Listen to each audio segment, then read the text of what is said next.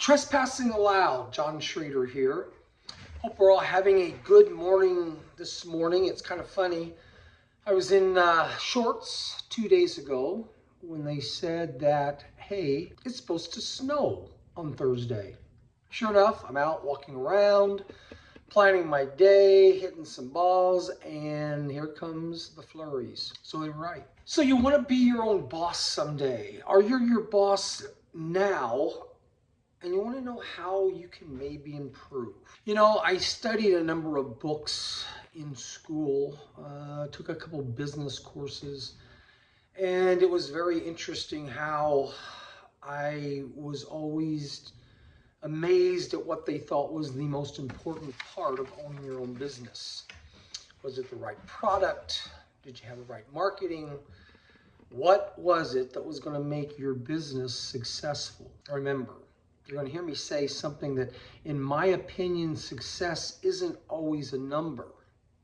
I think success is more of a feeling. Doing the many things you're going to do in business, some will determine, was that business successful because of the amount of money you made? And that's a good indicator. At the same time, I know a lot of businessmen who did very well financially, but they just didn't ever seem really happy. Or they were constantly struggling with this or that. So today I want to tell you, if I wrote a book on becoming your own boss, if I wrote a book on what it takes to be successful, in my mind, it may be a little bit different book. What is capitalism? We talk about we're a capitalistic country and capitalism. What is capitalism? Can I give you a really short version on what I think capitalism is? Capitalism equals duplication. If I'm going to start a business, if I want to own a business and I want it to be successful, let's say I start out and I'm a mower. Let's say I'm a guy with a lawnmower, push mower, okay? Push mowing, and I have found the right clients that when I push mow their yard, I can make X number of dollars an hour. If I'm the only one out there pushing that mower every single day, I might become rich. I might become a decent company. But what if I could have 10 individuals like me all pushing a different lawnmower? Let's just throw a number out. Let's throw out every hour I'm pushing that lawnmower, I'm making $70 an hour, okay? Probably gross. We'll talk about net later. If I'm making $70 an hour pushing that lawnmower, and let's be honest, you got to push it pretty fast. What kind of money am I making if I have 10 other people with me pushing that same lawnmower? I'm now going, from what, $70 an hour to $700 an hour. I learned very early on that if I could get employees that could do the same thing I could do, I didn't have to work quite as hard because I've got 10 times the workforce. Some companies have hundreds of employees, some companies have thousands of employees. So if capitalism and owning your own business can work with this thing I call duplication, and I can convince individuals to come out with me and push the lawnmower, or I now have 10 people selling lemonade versus just myself. And if I'm keeping other things in check, like not doing stupid things, I'm confident, I've done my research, if I'm patient and take my time, respect, CPR, confidence, patience, and respect. In all the books I read about business and success of business, I very seldom read in the first chapter the importance of respect for my employees. But you know what? I found out very early that if I could and did respect my employees, man, business got easier. If I didn't have to spend half of my day going to an HR department, figure out how I needed to hire new employees because my employees were showing up every day, My employees were working hard for me every day. If I didn't have to start every day by retraining a new employee because last week 3 of my employees just quit and left, and all I had to do was just sell more jobs, man, I found out early that should have been much higher up on my books that I read about how to run a successful business. It was funny. When did I learn that by respecting my employees, I think my employees were respecting me and working hard? You know, in my company, as it grew and we became a mowing company to a landscape company to a synthetic turf installation company to an aquatics company, I'd come back after being out on the road for 3 or 4 hours, working with the crews, working with customers, selling new jobs, and I'd always come back to my desk and there would always be that small pile of notes on my desk. Sherry, my administrator, she would take all the phone calls and then I would see these notes. Mrs. Smith called, Mrs. McGillicuddy called, Mr. Black called, Mr. Boom, boom, boom, boom, boom. Sometimes she was able to put on what they were calling about. Maybe Mrs. Jones was wanting to change something in her landscape plan. Maybe Mrs. McGillicuddy had decided that she didn't want the boxwoods. She was much more happy with azaleas. Here were the phone calls I remember. Call Mr. Weiss. Hi, Mr. Weiss, this is John. Yeah, I heard that you called. How's the crew doing out there? Because I knew that our crew, one of them, were out working for Mr. Weiss. John, are you aware of how hard your employees work for you? Please expand. John, I'll be honest, I have been watching you guys working out here and they are amazing. They don't stop.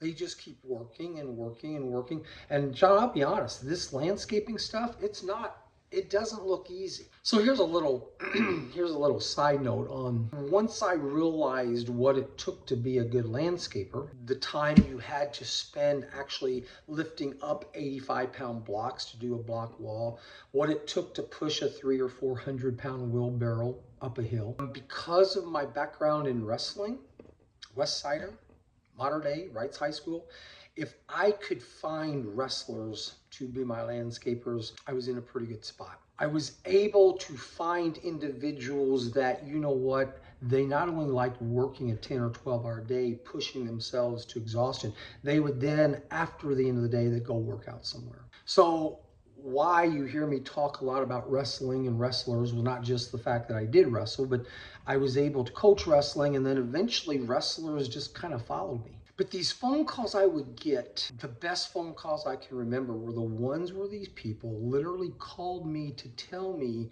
how amazed they were at my working staff, my crews. The guys and yes, sometimes the girls were out on the job, and I'll never forget, I would just be like, wow, I really appreciate you calling me and letting me know, but yes, I have been hearing for years that my people work hard for me. Let's go to the other side of the street, and the person is so frustrated that why in the world are they constantly having to hire new employees?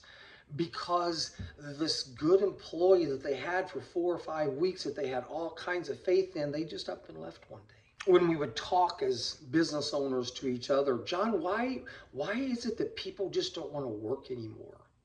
Why are these people, they come in and I teach them what I need to teach them, and sure enough, no, they just want to leave me. What's wrong with workers these days?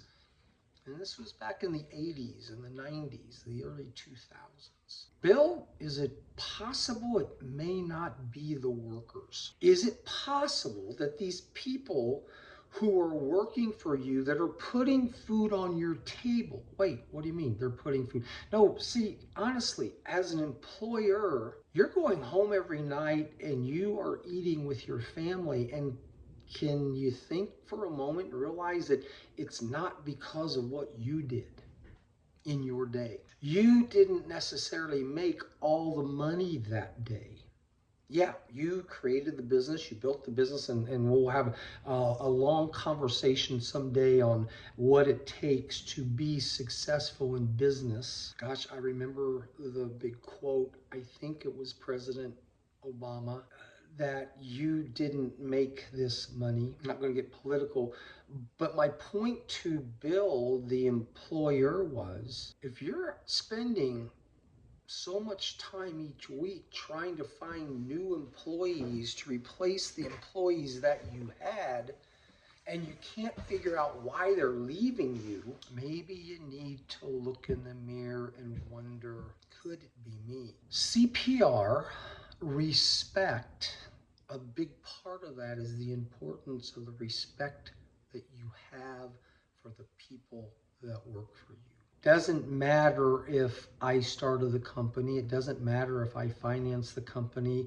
It doesn't matter if I felt like I had a little bit on the ball of what I thought it would take to have a profitable company. If I did not show respect to my employees, or they could show respect for me, I was never going to be able to build the things I wanted to build someday that would bring me to a point where I felt like it was time to get on a podcast and tell the world what I believe are the 25 or 35 important aspects of owning your own business. 20 to 30 employees for about the last 10 to 15 years of my company was kind of where we were, depending on the time of year. Springs, we were super busy. Falls, we were super busy.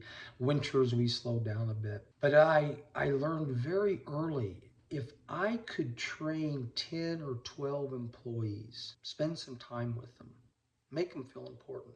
If I could train them and then realize that for the rest of the season, the rest of the years, they were probably going to be there for me, I didn't have to spend a whole lot of time calling the newspaper and putting in new ads for additional employees. I didn't have to retrain and retrain and retrain. When Mr. and Mrs. McGillicuddy called me and says, hey, your guys did a fantastic job, and they did it so quickly and we're so happy, that probably meant that there was a bottom line, that there was probably some profit, not only on the job, but that I'm doing something right that makes these people want to bust their butts for me every day. Landscaping is a little different than retail. Landscaping is a little different than computer work. Landscaping is probably a little different than accounting. You literally have to go out and you've got to move tons and tons and tons of material from point A to point B. These young men that were working for me, yeah, their hands weren't always the perfect. They'd sometimes break a nail, but they were willing to come out and do that for me. Respect of your employees, to me, was more important even than the respect of your customers.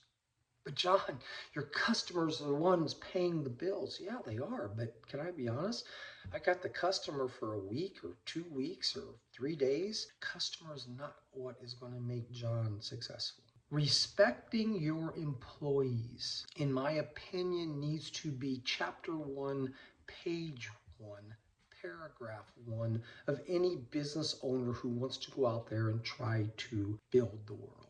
Remember, you learn the world, you build the world, and hopefully now in your last 30 years, you hopefully can teach the world. If you're building the world, it really helps to have people that are going to help you build it. But John, you know what? I don't really think I want a bunch of employees. I may just be a 1 or 2 man team. I may buy that, that nice little truck that serve some really good food. It may just be 2 or 3 of us. And you know what? That's okay. There are a lot of people out there that want to be 1 and 2 and 3 man operations. No problem with that. A lot of people really actually get started that way. I talk to some people who after 5 or 10 years are still a 2 or 3 man operation. Are you not wanting to grow? No, I'm fine. It's just hard to find good employees these days. It's just hard to find people that want to work hard.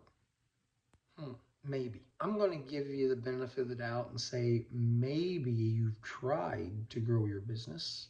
Maybe you wanted to have 3 or 4 trucks out there serving the best calamari in Evansville. But for some reason, you had a hard time finding people that wanted to work for you. Two people I want to talk about right now. You'll hear me talk about them at length, but they're two individuals that they just were not in charge of 10 or 20 or 30 or 100 or 1,000. These people were in charge of tens of thousands of employees. A gentleman by the name of Ira Boots. Okay. Ira was actually a wrestler at Mater Dei about 6 or 8 years before I was. Ira started out with a company that I think we'll call it Berry Plastics, which later became nationally well known and then eventually internationally well known. Ira Boots and I, we didn't see each other often. We really didn't. However, every winter when wrestling season started, I would usually see Ira at some of the wrestling matches. Had great respect for the man. He actually wrestled about the same time my brother did. And although I didn't talk to Ira that often or see him that often, I heard a lot about him. Can't tell you how many times I would be talking to employees who had worked at Berry Plastics. Individuals who had worked there for many, many years, and some individuals had just started working. And they told me stories about this man, the CEO of this major international corporation, who found time to go down into the belly of the beast. He was able to go down in the manufacturing areas. Berry Plastics, many, many things they did, but the ones that we saw and heard about, making closures, plastic parts, pieces and parts, and believe me, they did hundreds and hundreds of things. But every time I met a person from Berry, eventually they would get to Ira Boots. And Ira Boots was the guy that would come down into the crowd, into the crews, along the lines, and he would make people in that place proud. The gestures, the conversations, the handshakes. These people I talked to said they would go to war for Ira Boots. They would do anything. Didn't talk about what they made, didn't talk about how much they made. He just talked about this guy that, man, he was just good. He made you feel respected. He made you feel loved. He made you feel like you were the reason Berry Plastics went from a small business in Evansville to an international global business. Another lady, first time I met her, kind of during what I call my sabbatical. It's a hospital I got to work for a few years. First time I met the lady was orientation. Her name is Linda White. This lady comes in as we're all there, each one of us going into a different department. I got to stay outside and play in the dirt, which is what I wanted to do. But you had your nurses and you had your dietary. You had, I think there were 142 different departments in the hospital at one time when I looked. This lady comes in, her name is Linda White.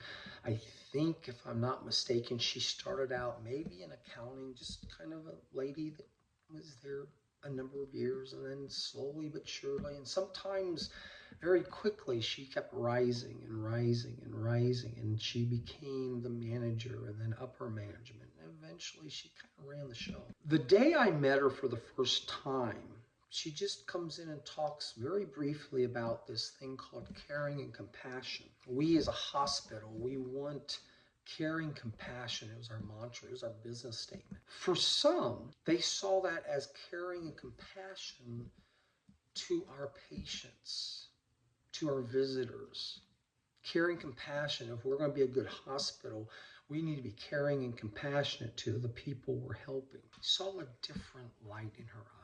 I think Linda also felt something to the idea of let's also try to be caring and compassionate to our employees. After that day, I probably didn't run into Linda White, but maybe 2 or 3 times in the years I was there.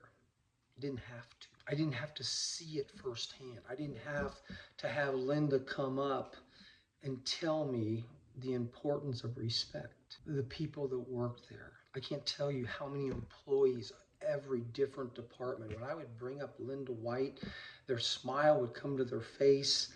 They would express to me That woman was amazing. She's still amazing.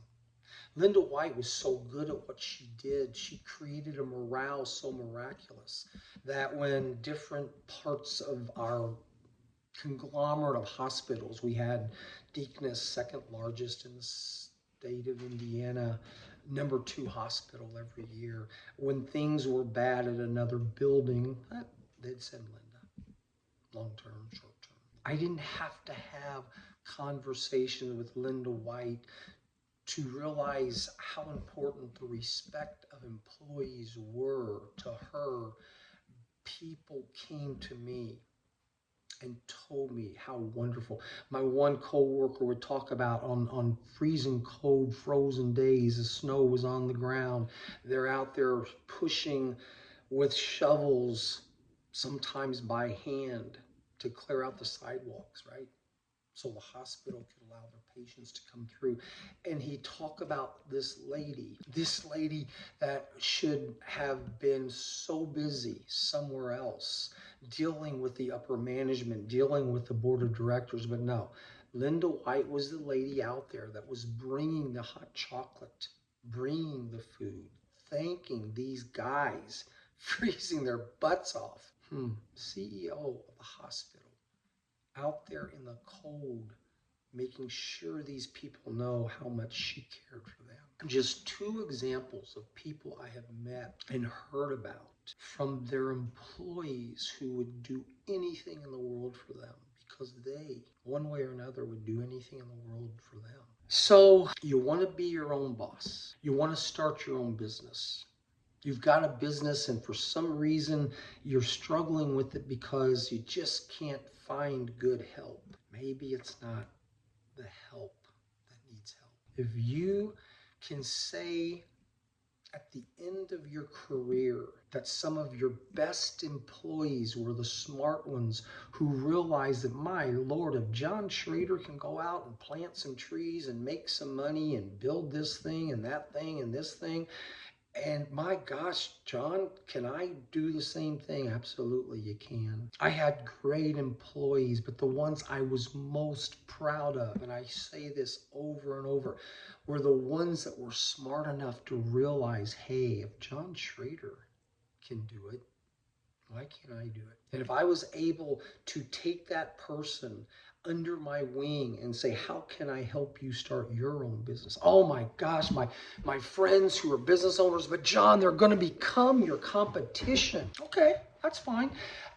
You know what? If they become my competition and they beat me out where I lose my company, well, then maybe I shouldn't have been a boss. Maybe I shouldn't have been landscaping.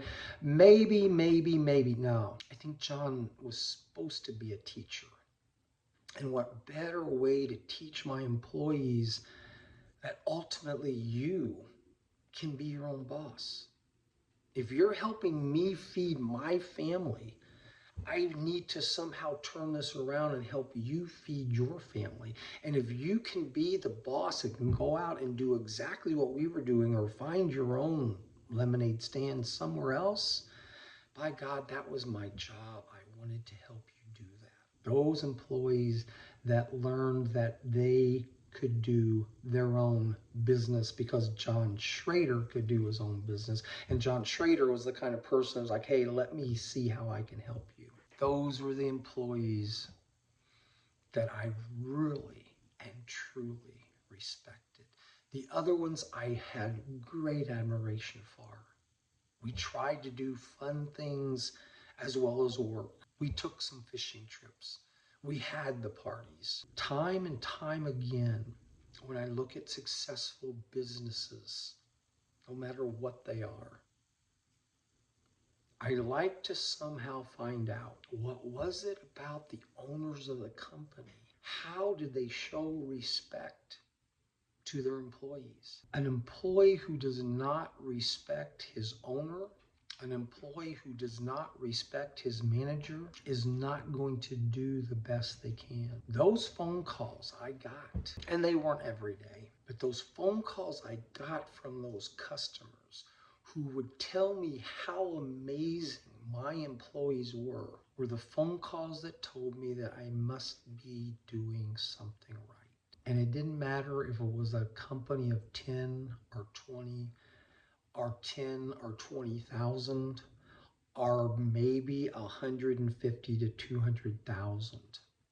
The word will get around of how you care about your employees. So the next time you pick up that business book, that book that's going to tell you how to be the next Bill Gates or the next Don Shula, that book that's going to tell you how to be successful at your business, somewhere in that first chapter, there needs to be something about the respect for your employees. Because see, here's what I found out. If I could trust my employees, okay, in a given week, let's say my week was 6 days, if I could trust my employees to go out there and work hard, they could do the job the way it needed to be done, and we were profitable. That gave me a lot of spare time to start coming up with some plans. Gave me a lot of spare time to think outside of the box and say, maybe sometime this week I will think about some crazy ideas that if I'm confident and I'm patient and I can be respectful, if I understand a little bit of math, I'm not afraid to work hard. I wonder what this synthetic turf and maybe this aquatics, I wonder what I could maybe do. So if I ever decided someday I wanted to do a podcast, maybe, just maybe, I could do some things that would remind me that, like my friends in college told me, maybe my calling was not always to be a landscaper. Maybe it wasn't always just to mow grass. Maybe I do need to teach a few things here or there. So today, I can tell you, Trespassing Aloud wants to remind you that respect as an owner isn't about the customer all the time. It isn't about that person who writes you the big check because you just transformed his backyard. Linda White and Ira Boots, they knew what it took to keep the morale so high all the time that all they do was grow and grow and grow. So today I love my employees. I love this country. I still love my God and will always love my family. Today I think I'm going to love my employees maybe a little more. Trespassing Aloud. Hope you're having a great day. I know we're thinking about this crazy thing called Thanksgiving coming up. Have a great one. We'll talk with you soon. Goodbye.